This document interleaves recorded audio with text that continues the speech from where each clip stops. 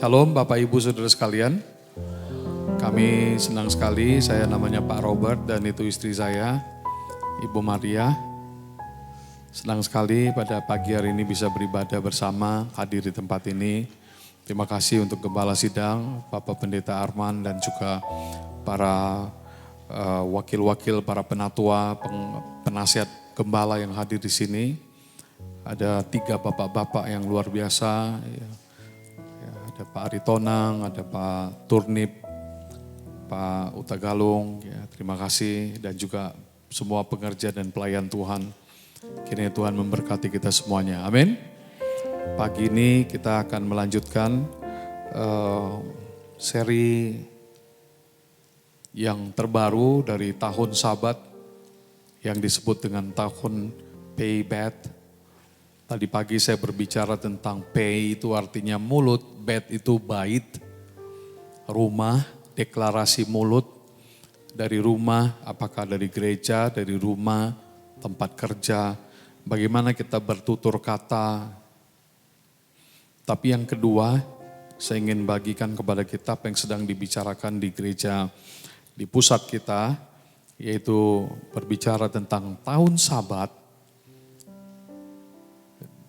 Sehingga kita perlu mengerti sebenarnya bagaimana kita orang percaya hidup pada tahun Sabat ini.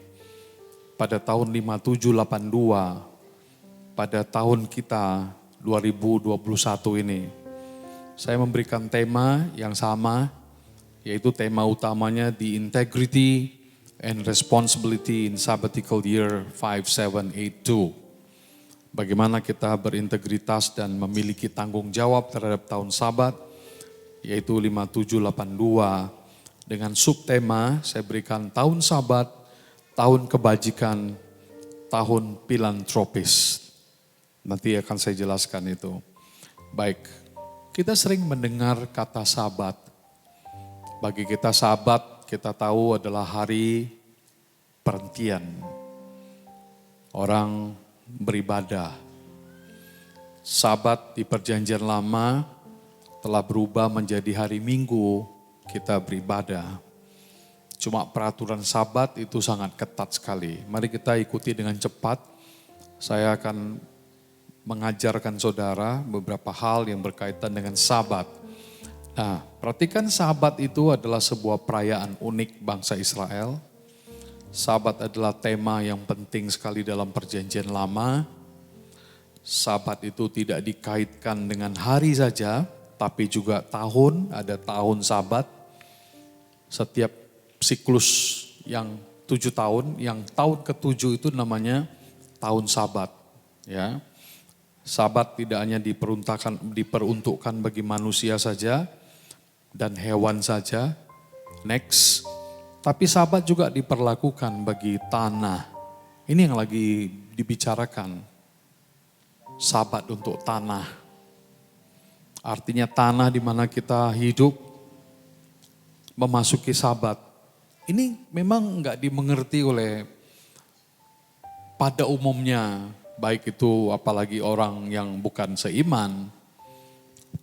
Khotbah-khotbah seperti ini tidak populer baik di sana maupun juga di kalangan kebanyakan gereja-gereja Kristen yang ada di seluruh dunia lah saya katakan ya. Itu malah merasa heran kok gereja orang ini bicara Yahudi gitu. Gitu ya. Ya, apa hubungannya? Memang gereja kita sangat punya link dan hubungan dan sangat percaya dengan janji-janji Tuhan yang ada Perjanjian Lama dengan Israel. Sehingga kita memperhatikan ini. Jadi Sabat juga ada untuk tanah. Nah ini ada satu janji yang mengerikan sebenarnya. Yang begitu tegas yang diucapkan di dalam kitab Keluaran 35 ayat 2 berkata, orang yang melanggar hari Sabat, tidak mau beribadah pada hari Sabat, tidak hormat pada hari Sabat, tidak puasa pada hari Sabat, tidak menguduskan pada itu hari Sabat itu, menodai hari Sabat dengan kerja, dengan kesibukan yang lain. Nah maka Alkitab berkata dalam Keluaran 35 ayat 2, orang yang melanggar hari Sabat itu harus dihukum mati. Nah ini kan ngeri nih. Ibaratnya kalau hari ini orang bilang ada peraturan bagi kita. Kalau you melanggar hari Minggu kamu akan dihukum mati. Ngeri gak kita? Inilah yang terjadi di perjanjian lama. Tapi di dalam perjanjian baru, kita tidak hidup dalam masa seperti itu. Ini masa anugerah, kebaikan, kemurahan dari Tuhan. Tapi kadang-kadang kita menyalahgunakan itu. Nah jadi kalau ada orang yang melanggar hukum hari Sabat, itu hukum mati. Lalu Sabat dalam Ulangan 5 ayat 12, di situ dikatakan ingatlah, remember. Ingatlah. Dalam terjemahan bahasa Ibraninya menggunakan kata syamor. Observe. Perhatikanlah itu dia, observe. Perhatikan dengan sungguh-sungguh, perhatikan, taati, hormati, itu kata observe. Jadi Bapak Ibu Saudara, kata Sabat itu memang begitu sakral. Kalau udah masuk hari Sabat, bagi kita yang mungkin pernah berjalan ke Tanah Perjanjian dan berada di sana pada hari Sabat, saudara bisa melihat di jalan-jalan sepi yang adanya orang sedang berjalan menuju ke tembok ratapan untuk berdoa. Dan di tembok ratapan dari pagi itu sudah kumpul ramai orang sampai matahari terbenam pada sore hari. Itu ramai dan orang ibadah semua di sana. Sakral sekali, sampai hari ini. Jadi bayangkan sudah berapa ribu tahun ini. Tapi sampai hari ini orang Israel itu observe. Sangat memperhatikan. Dan mentaati dan menghormati hari Sabat. Nah ini jangan sampai luntur. Dan ada sisi positifnya bagi kita. Sisi positifnya bagi kita adalah kita harus juga punya satu semangat yang sama, mental yang sama, spiritualitas yang sama kalau sudah berbicara tentang hari ibadah kita. Di dalam literatur tradisional Judaism, khususnya di dalam kitab Talmud dan Midrash Perjanjian Lama orang Israel, kitab suci mereka, Talmud dan Midrash. Di situ ada komentar yang berkata begini. If you wish to destroy the Jewish people, abolish their Sabbath first. Yang artinya, kalau kamu mau melenyapkan orang Israel, orang Yahudi, maka hapuslah pertama-tama hari Sabat itu, katanya begitu. Jadi itu artinya apa? Ini semua kata-kata yang berat gitu. Kata-kata yang menunjukkan betapa Sabat itu sesuatu yang begitu sakral dan begitu penting sekali. Next. Kita sering sekali menganggap seperti itu hanya peraturan perjanjian lama. Sehingga kita tidak begitu serius dan bahkan banyak, maaf nih ya, banyak gereja di sekitar kita nggak ngerti Sabat itu seperti apa gitu. Karena nggak dianggap lagi udah itu lewat tuh perjanjian lama. Itu nggak ada hubungannya dengan kami sekarang. Padahal kita bisa memetik makna rohani yang begitu dalam yang ada di situ. Karena tidak paham maka sering diabaikan. Tapi lupa orang bahwa ada catatan klasik yang namanya klasik diktum. Nah ini mesti agak sedikit. Kebetulan saya adalah salah satu dosen pengajar di STT Pelita Kebenaran ya. Jadi ini sebagai seorang dosen nih, seorang pemikir, seorang teolog yang mengajar saudara-saudara khotbah sambil mengajar yang dalam gitu. Agak menggali sedikit agak dalam supaya kita paham gitu. Nah ada sebuah klasik diktum, artinya pengajaran yang klasik yang berkata, Venus testamentum patet in novo, novum testamentum latet in fatere. Yang artinya apa? Yang artinya the Old Testament is manifest in the New. Artinya perjanjian lama itu nampak nyata di dalam perjanjian baru. The New Testament is hidden in the Old Testament. Sementara perjanjian baru itu tersembunyi di dalam Old Testament. Jadi dua-dua itu nggak bisa. Hari ini kita sebagai orang Kristen, saudara berani buang Alkitab saudara perjanjian lama? Apakah Anda hanya pegang Alkitab perjanjian baru? Lalu menganggap perjanjian lama itu udah lewat tuh, bukan bagian saya. Itu urusan orang Yahudi, berani saudara buang itu. Mau Alkitab kita ada 66 kitab saudara.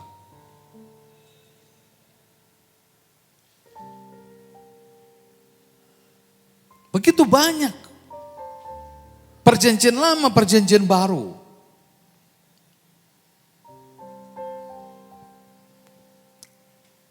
Jadi ini merupakan sebuah hubungan, sebuah kelengkapan yang tidak bisa dipisahkan. Yesus sendiri berkata begini ya, mari kita perhatikan yang kedua. Yesus berkata, "Do not think that I have come to abolish the law or the prophets.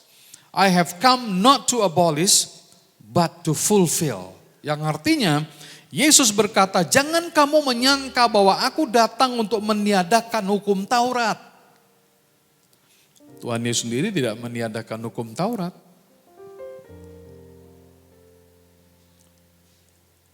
Atau kitab para nabi, tetapi aku datang untuk menggenapinya. Itu yang Tuhan katakan. Jadi Bapak Ibu Saudara, kalau kita bicara Sabat, relevan. Tapi kita harus bawa itu dalam nuansa penebusan sebagai umat Kristen perjanjian baru. Ada janji-janji Tuhan, tapi ada makna rohani yang bisa kita petik, yang sangat indah. Mari next, dengan cepat, apa sih arti tahun Sabat? Ya, tahun Sabat itu dalam bahasa Ibraninya Semita year, atau dalam arti harafiahnya artinya rilis, pelepasan. Dalam bahasa Inggris disebut Sabbath year atau sabbatical year atau Sefit. Dalam bahasa Ibraninya itu adalah siklus 7 tahun. Jadi tahun Sabat itu adalah siklus 7 tahun saudara dari tanah agrikultural yang diperintahkan dalam kitab Ibrani perjanjian lama untuk tanah Israel, Sabbath of the land. Dan sampai hari ini di Israel orang masih memperhatikan itu. Lebih dalam lagi sekarang kita perhatikan bagaimana perintah terhadap tahun Sabat. Khususnya tentang tanah itu. 1, tanah dibiarkan tidak boleh ditaburi atau ditanam selama 1 tahun penuh tahun Sabat. Yang kedua, menjadi masa perhentian penuh dari kegiatan pertanian. Selanjutnya, seluruh kegiatan cocok tanam termasuk membajak, menanam, menyiang, memanen, dilarang oleh halakah, oleh hukum Yahudi. Kemudian teknik kultifikasi lain, mengairi, memberi pupuk, mencabut hama, menyiram, memendekkan, memotong rumput, diterapkan hanya sebagai tindakan pencegahan saja, bukan untuk memperbaiki pertumbuhan pohon atau tanaman lain. Tujuannya apa? Next. Tujuannya adalah untuk recovery. Untuk recovery, untuk penyembuhan, untuk pemulihan, untuk penyegaran balik. Jadi di recovery.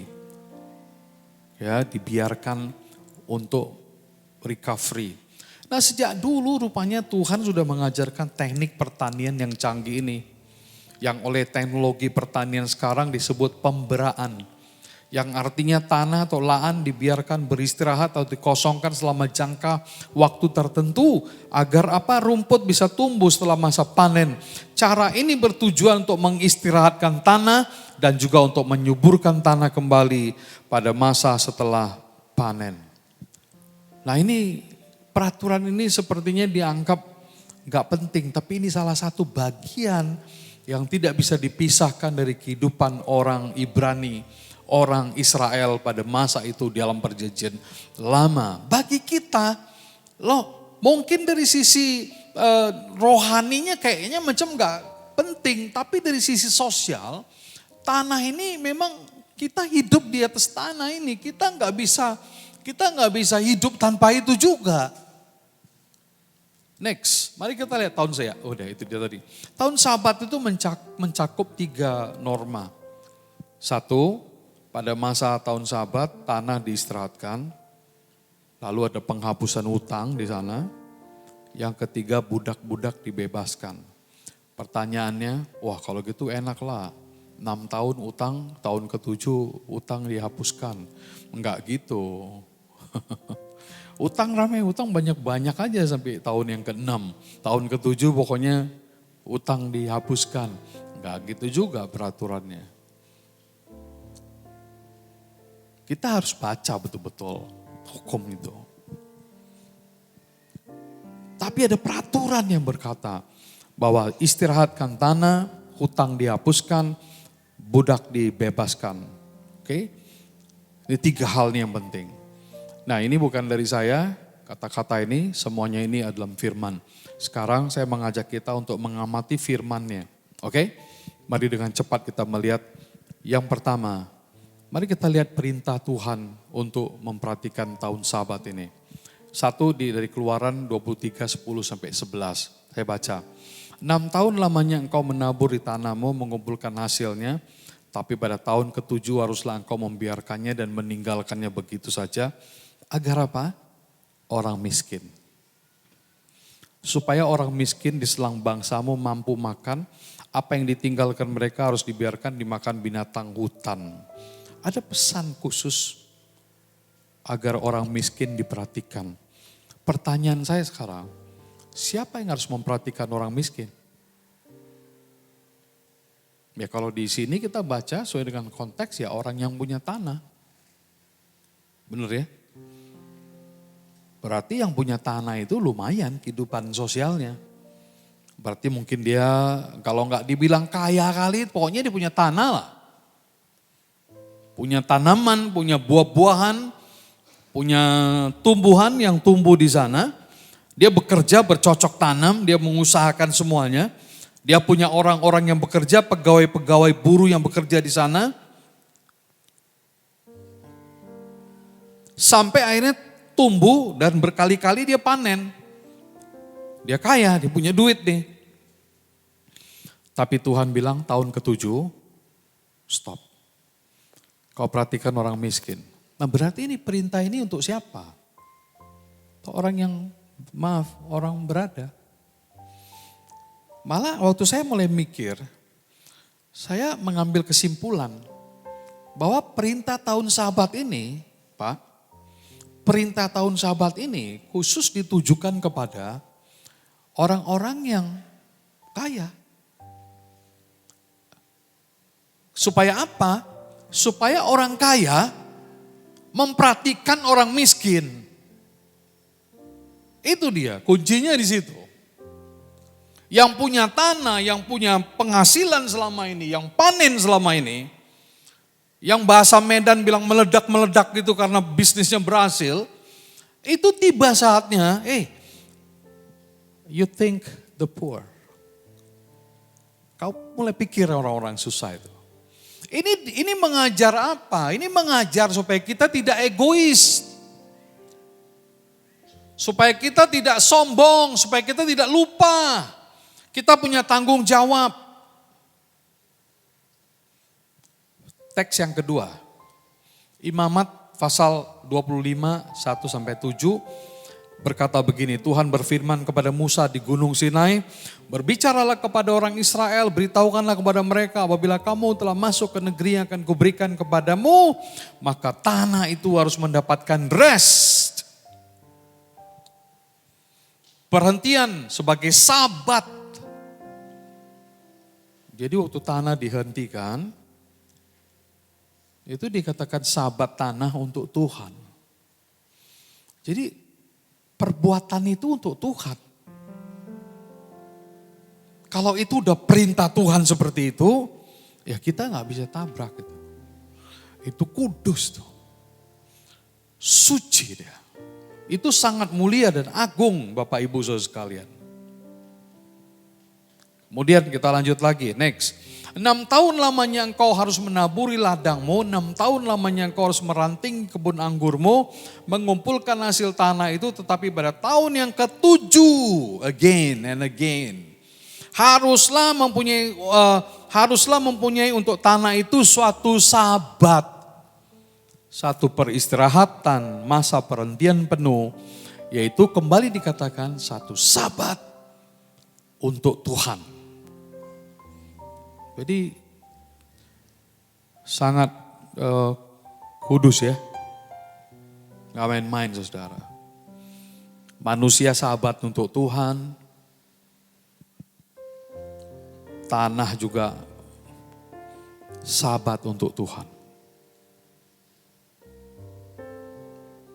Ini perlu saudara mengerti ini. Kita perlu mengerti itu. Saya berdoa supaya Roh Kudus mengalir di dalam hati kita. Bisa katakan amin? Roh Kudus memenuhi hati kita. Kita perhatikan lingkungan kita. Kita perhatikan pekerjaan kita. Kita perhatikan tuayan kita. Kita tidak hanya bekerja untuk kita aja, diri kita sendiri. Untuk aku kaya, untuk aku keluargaku kaya.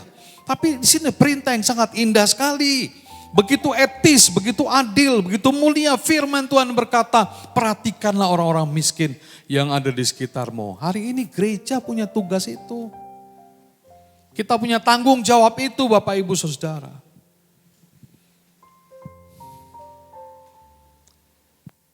Biarlah Tuhan memberikan pengertian yang baru buat kita. Ayat yang ketiga, ini ayat-ayat saya baca. Ulangan 15, 1-3, pada penghabisan 7 tahun kau harus menyelenggarakan penghapusan hutang. Inilah kegiatan penghapusan untuk setiap orang yang berpiutang harus membubarkan apa yang dipinjamkan kepada sesamanya. Janganlah dia menagih dari sesamanya atau saudaranya karena telah dimaklumkan penghapusan hutang demi Tuhan. Dari seorang asing boleh kau tagih tapi piutangmu kepada saudaramu haruslah kau hapuskan. Ini perintah yang berat saudara. Dan kita bergumul gimana ini untuk melakukannya di dalam kehidupan kita sekarang ini. Jadi kalau kita lihat ya, begitu mendalamnya, begitu tingginya target yang Tuhan berikan kepada bangsa Israel di perjanjian lama, nggak main-main saudara. Kadang mampu, kadang mereka nggak mampu melakukannya. Tapi biarlah Tuhan yang tolong dan dalam aplikasinya dalam kehidupan kita hari-hari ini, ya semoga Tuhan juga menolong kita. Di dalam Injil Tuhan Yesus juga pernah mengajarkan perumpamaan orang yang berhutang. Bagaimana hutang-hutang itu dihapuskan. Itu ngeri saudara. Nah apakah kita bisa sampai imannya levelnya sampai situ? Banyak orang yang berantem gara-gara hutang kan. Nah, bagaimana Tuhan mengatur tahun Sabat ini ya dengan cepat ya. Bagaimana Tuhan mengatur tahun Sabat? Yang pertama secara teologis. Secara teologis. Yaitu Tuhan berkata apapun yang tumbuh di tanah itu nanti pada tahun yang ke-7 didedikasikan kepada Tuhan. Tanah tidak boleh dieksploitasi. Sebab tanah itu adalah anugerah dari Tuhan untuk dijaga kelestariannya. Tanah adalah bagian dari ekosistem kehidupan makhluk hidup dan lainnya. Next, tanah dibutuhkan oleh semua makhluk hidup. Ada di antara kita yang tidak membutuhkan tanah. Ada yang hidup di sini tanpa pengaruh tanah dalam kehidupan saudara. Semua yang kita makan berasal dari tanah.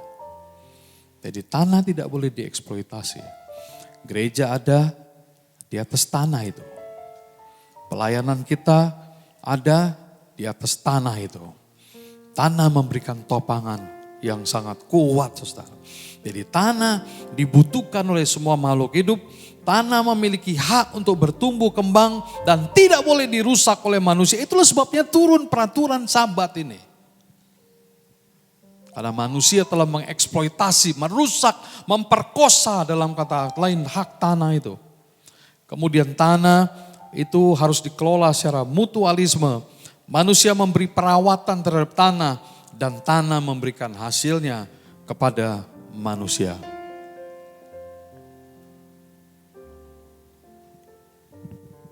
Saya ajak kita untuk merenung lebih dalam lagi, berpikir lebih dalam lagi. Mari ke slide yang berikutnya. Oh ini dia, yang ini ya, oke. Perhatikan bahwa tanah sangat penting bagi kehidupan umat manusia. Tidak satu pun manusia bisa hidup tanpa tanah. Ingat, Adam diciptakan dari tanah. Manusia diciptakan dari tanah, saudara. Lalu tanah itu dihembusi oleh Tuhan, nafas. Tuhan mengembusi tanah itu dan jadilah Adam manusia yang hidup dari tanah. Makanya ada dalam doa yang berkata manusia itu berasal dari tanah dan kembali ke tanah. Tanah. Tidak satupun manusia bisa hidup tanpa tanah. Nah ini ada kutipan yang bagus. Ketika manusia hidup, kita. Saudara, saya. Ketika manusia hidup, dia hidup di atas tanah. Ketika manusia mati, jasadnya masuk ke dalam tanah. Jadi sekarang kita di atas, satu ketika kita ada di dalam tanah. Menyatu dengan tanah kembali, dari tanah kembali ke tanah. From dust to the dust. Dari tanah ke tanah kembali. Next. Begitu penting dan sering tidak disadari oleh banyak orang. Tanah itu adalah milik Tuhan, saudara. Firman Tuhan berkata di dalam Imamat 25-23, tanah jangan dijual mutlak. Karena akulah pemilik tanah itu sedangkan kamu adalah orang asing dan pendatang bagiku. Ya, tanah itu adalah milik Tuhan, dia pemiliknya. Jadi jangan dieksploitasi.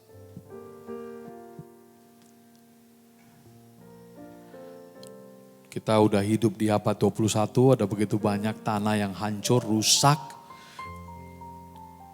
disia-siakan, sehingga bencana demi bencana terjadi di mana kita hidup saat ini. Itu semua adalah karena kesalahan kita, karena tidak memperhatikan apa yang Tuhan katakan. Nah kembali saudara, saya ingat ya, saya renung, saya ingat.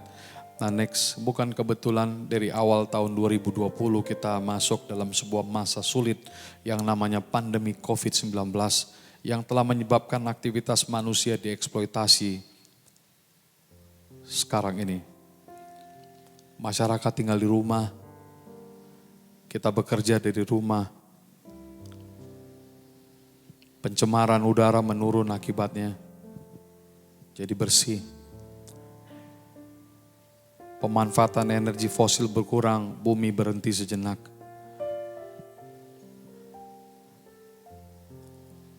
Bumi diistirahatkan. Kita diistirahatkan. Masa COVID ini membuat banyak orang yang lebih sabar, tahan diri dan berada di tengah-tengah kesulitan-kesulitan. Tetapi pandemik ini sebenarnya seolah-olah seperti memaksa bumi untuk beristirahat sejenak. Penting bagi kita untuk merefleksikan ini saudara. Mengoreksi diri kita. Mengoreksi kehidupan kerohanian kita. Hubungan kita dengan Tuhan. Hubungan kita dengan firman-Nya. Hubungan kita dengan sesama. Hubungan kita dengan lingkungan di mana kita berada. Ini saatnya, saat pandemik yang membuat kita untuk berhenti sebentar. Untuk kita melihat sebentar, untuk kita menenangkan diri sebentar. Dan kiranya selama masa pandemik ini kita bisa menumbuhkan iman kita dan kedewasaan rohani kita sambil kita berpegang pada janji Tuhan. Segera saya akan tutup. Mungkin tidak semuanya akan saya khotbahkan. Tapi tadi saya katakan bagaimana Tuhan mengatur tanah ini. Satu secara teologis dan yang kedua sekarang sebagai bagian akhir. Yang kedua secara sosial. Secara sosial. Tanah yang tidak diolah, yang harus diberikan kepada orang miskin dan para budak yang tidak memiliki tanah, itu artinya sosial. Jadi tanah itu hasilnya itu diberikan kepada orang miskin. dan para budak. Itu sosial. Perbuatan baik, perbuatan diakonia kita. Untuk orang susah, untuk orang yang berkekurangan. Jadi tanah itu bukannya sebagai objek ekonomi. Untuk kita menikmati kekayaan dari dalamnya. Tapi dari situ kita didorong untuk kita membantu sesama kita. Yang kedua, melalui perintah tahun Sabat, manusia diingatkan bahwa tanah adalah milik Tuhan. Tanah adalah tanah yang hidup. Tanah merupakan bagian dari kehidupan seluruh makhluk hidup. Tanah harus didandani, dipelihara, dilindungi, dijaga. Ini tanggung jawab kita. Jadi saudara, maaf kadang kita tidak hanya melulu bicara soal surga saja. Orang Kristen juga harus berperan menjadi garam dan terang dunia. Bertanggung jawab menjaga kebersihan.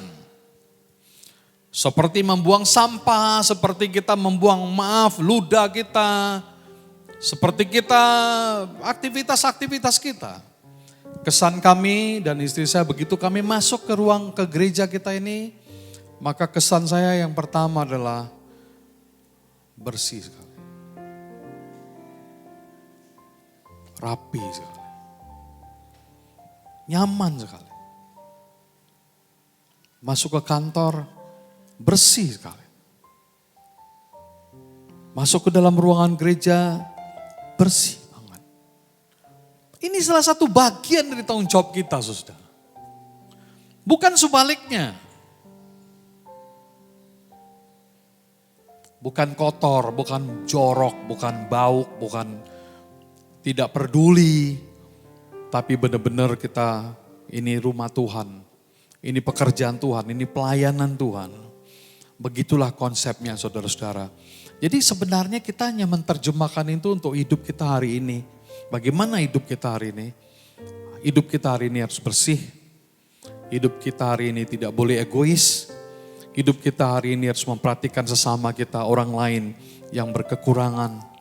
Makanya ada diakonia di dalam gereja. Dan yang terakhir, yang ketiga, yang ingin saya bagikan, perhatikan. Orang yang punya tanah. Siapakah mereka? Tadi saya sudah katakan. Yang punya tanah itu biasanya orang yang berada. Pada umumnya. Bukan berarti kalau orang susah gak ada tanah, bukan itu yang saya bilang. Bisa aja diwariskan. Tapi artinya biasanya yang punya tanah itu adalah orang yang punya yang berada. Mereka dengar. Bertanggung jawab untuk memperhatikan orang miskin. Keluaran 23 ayat 10-11 tadi berkata, agar orang miskin di antara kamu mampu makan. Bagaimanakah sikap kita hari-hari ini, saudara? Kalau Tuhan aja begitu serius memperhatikannya, apakah kita tidak perlu memperhatikan ini? Saya menutup dengan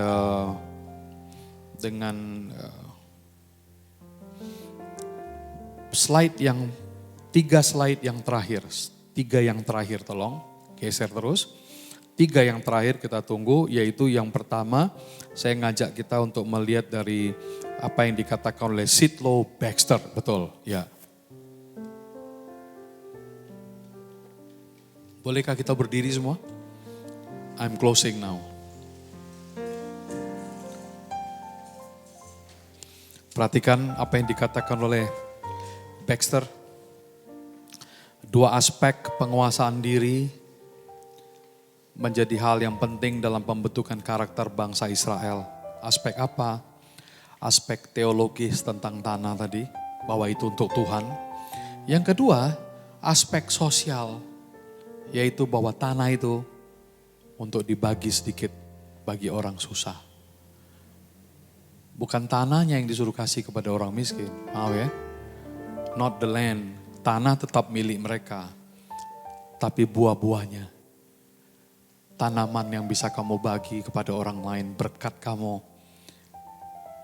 rezeki kamu. Jangan egois, jangan tamak. Saudara, Baxter katakan ada 2 hal yang penting tadi, itu membentuk karakter orang Israel. Dia tahu untuk Tuhan, dia tahu untuk sesamanya. Lalu Baxter berkata bahwa konsep sabat bagi tanah ini memberikan edukasi kepada bangsa Israel agar tidak tamak. termasuk kita juga. Katakan dalam hatimu, aku gak boleh tamak. So, ini perintah Tuhan nih. Kalau kamu memberi, maka Tuhan akan memberi. Malah Tuhan janji ada peraturan yang saya tadi gak bicarakan lagi. Saya skip itu. Tuhan bilang 6 tahun kamu bekerja. 6 hari kau bekerja. 6 tahun kamu menabur dan kamu bekerja. Dan pada tahun yang ke-6 itu Tuhan bilang, aku akan ganti berapa kali, aku akan berkati berapa kali? 3 kali. Selama 3 tahun itu Tuhan akan. Jadi artinya gini, tahun yang ke-6, berkat tahun ke-6 itu bisa dimakan sampai 7, 8, 9. 3 tahun ke depan itu Tuhan akan berkati dengan berlimpah-limpah. Nanti pada tahun yang ke-8 kamu sudah, tahun yang ke-8 kamu mulai bekerja lagi. Kamu masih makan berkat yang kemarin. Yang Tuhan janji. Tahun ke-9 kamu bekerja lagi. Berkat yang tahun ke-6 itu masih ada di sini. Begitulah cara Tuhan akan memberkati kita. Kalau kita memberkati pekerjaan Tuhan dan mengerti firman Tuhan. Amin. Bisa saudara katakan amin? Oke, ini yang berikutnya. Sherry Harrison. Sherry Harrison berkata, it is important to think good, speak good, and do good. If we want to see positive change in the world, then we need to connect to goodness. Saya terjemahkan. Begitu penting untuk berpikir bagus, yang baik, bicara yang baik, melakukan yang baik. Dan kalau kamu ingin melihat sebuah perubahan yang positif terjadi dalam duniamu, then we need to connect to goodness. Kalau begitu kita harus tetap terhubung kepada kebaikan. I try in everything I do, both in business and philanthropy. Aku coba untuk melakukan segala sesuatu, baik itu di bisnis maupun di dalam kehidupan dengan sesama manusia, to make positive change, untuk membuat sebuah perubahan yang positif, and do that by doing good. Dan melakukan itu semua dengan apa? Melakukan yang baik. Yang percaya katakan amin. Jadi hari ini ajarannya simple. Ajaran saya simple aja, khotbah saya. Jadi baik aja lah. Bisa katakan amin saudara? Semoga Roh Kudus menolong kita.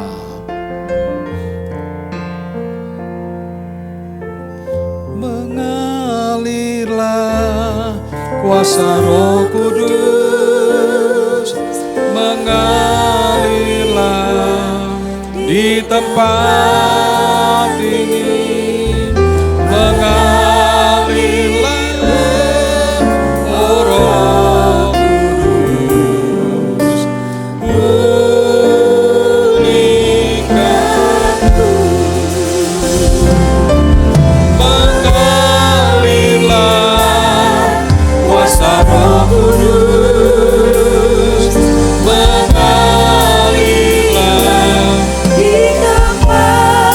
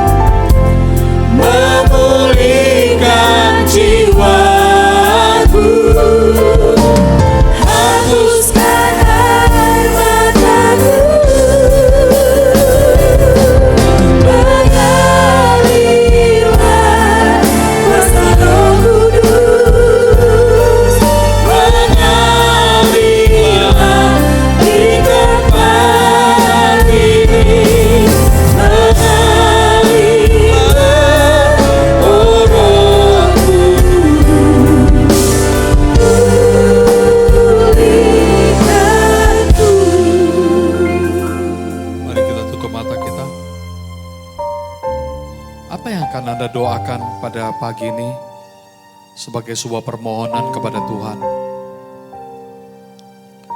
Berdoalah dengan tenang, dengan kusuk. Karena Bapa mendengar doa-doamu. Imanmu menyelamatkan engkau. Apapun yang kau panjatkan kepada Tuhan hari ini, harus didahului dengan keinginan, kerinduan yang besar bahwa engkau ingin melakukan apa yang Tuhan ajarkan. Hari ini khotbah saya yang panjang hari ini hanya bicara satu saja. Jadilah orang yang baik. Baik di mata Tuhan, baik juga untuk sesamanya. Yesus tolong kami Tuhan.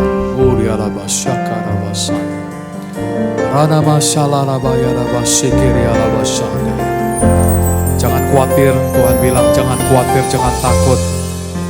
Nyatakanlah segala permohonanmu dengan ucapan syukur kepada Tuhan. So Tuhan sanggup melakukan hal-hal yang mustahil. Tidak ada yang mustahil bagi Tuhan. Dia lihat imanmu, dia lihat hatimu pada pagi hari ini. Jesus, thank you Lord. Hari ini perbaharuilah hidupmu, keluargamu. Keluarlah menjadi para filantropis, jadi orang-orang yang baik. Bersyukur untuk semua rezeki, berkat, pekerjaan, bisnis, tanah di mana kita ada. Gereja di Pakam, di tanah di Pakam ini. Kiranya Tuhan memberkati Anda semua dengan berlimpah-limpah. Berlimpah-limpah.